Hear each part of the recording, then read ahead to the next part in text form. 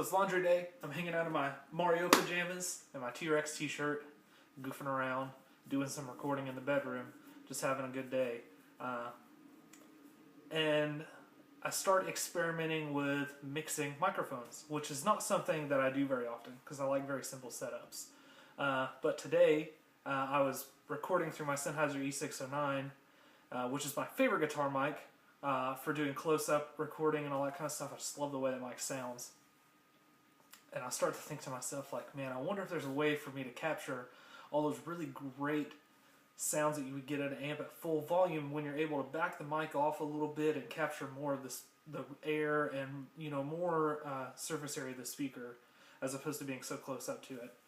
So I took an SM58 that I had laying around and I was like, man, let's goof around with this. I have friends that run studios and stuff and I've seen them do it, and I was like, man, I'm not an audio engineer, I'm just a guitar player, but maybe I can do something cool with this. So I hooked them both up to a small mixer so that I could turn them on and off and kind of tweak with them and see what I could come up with.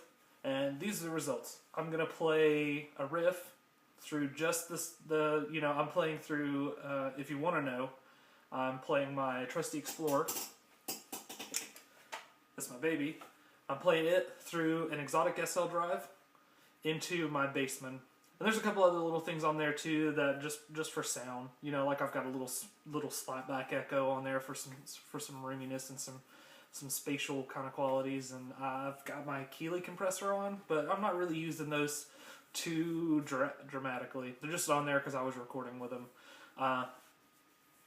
So like I said, I'm going to play the first clip, just the 609. And it's, in my opinion, a pretty passable guitar tone if you're going to do like bedroom demos close up. And then after that I'm going to play a clip of just the 58, which is way off center of the speaker, on the outside of the speaker where all the low frequencies, you can start to capture a lot of that and the kind of scoopy sound with just like the low mids and the bass. And then we'll bring it back to the 609 so you can hear what that sounds like compared to that again.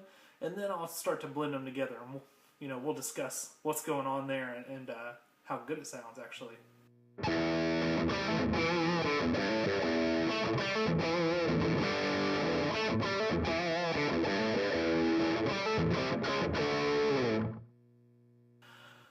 So that was the 609. It's a good sound. It's a good tone. It's one of my favorite mics for recording at home because it's got such a good flat response, and it's a little bright, and it's got a little extra low end that I think the SM57 doesn't have, which those are probably the two most common mics I think that people get to record at home. But you'll notice if you really think about it, like what you would want in a guitar sound, it's missing a little chunk. So the next clip I'm going to play is just the 58, which is actually a vocal mic, but it's, the 57 and the 58 aren't that different. I just had a 58 laying around. So you're going to hear that on the outside of the speaker cone, and we'll do a comparison and we'll talk about that when I'm done.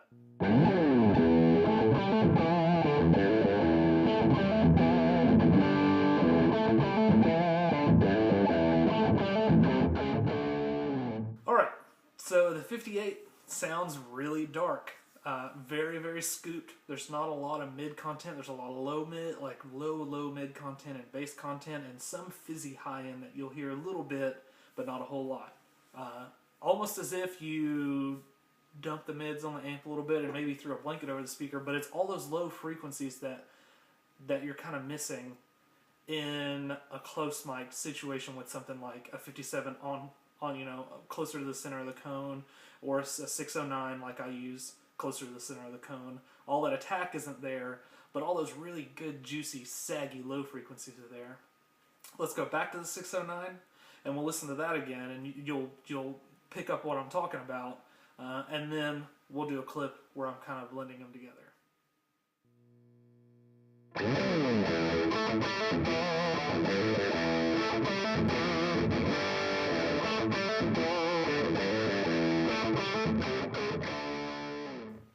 So, in this next section, I'm going to start blending them together.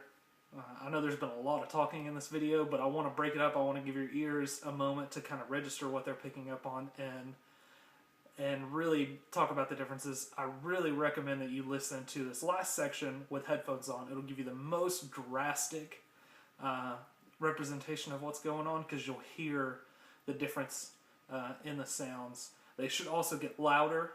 The signal should also get louder because you have two sources of audio coming together, and that's just what happens. So if you haven't already been listening with headphones, which would be awesome, put some headphones on now, and you'll really, really, really hear the difference.